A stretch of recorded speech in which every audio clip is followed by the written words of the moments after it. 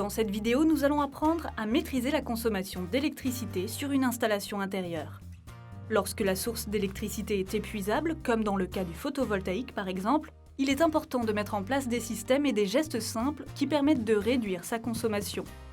Pour faire des économies, il existe deux types de mesures que nous allons vous détailler. Type 1. Installer des systèmes peu énergivores. Dans les zones pauvres en électricité, éclairer une classe et non toutes les classes d'une école. Regrouper les élèves qui restent le soir dans une seule classe pour réduire les coûts d'installation et de maintenance du générateur photovoltaïque. Sur les nouveaux équipements, une étiquette énergie précise les performances énergétiques. Préférez donc un équipement le moins énergivore possible. L'efficacité énergétique est définie de A pour un rendement très important à E pour le rendement le moins performant. Type 2. Adopter des gestes moins énergivores. Attention, ne pas ajouter des lampes et des prises de courant sur une installation photovoltaïque existante. Cette consommation supplémentaire pourrait dégrader la batterie et mettre l'installation hors d'usage.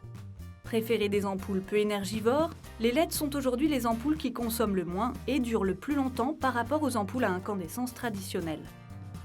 Éteindre les lampes dans les pièces non occupées. Dans la maison, les équipements les plus consommateurs se trouvent dans la cuisine. Le réfrigérateur est l'un des gros postes de consommation d'électricité.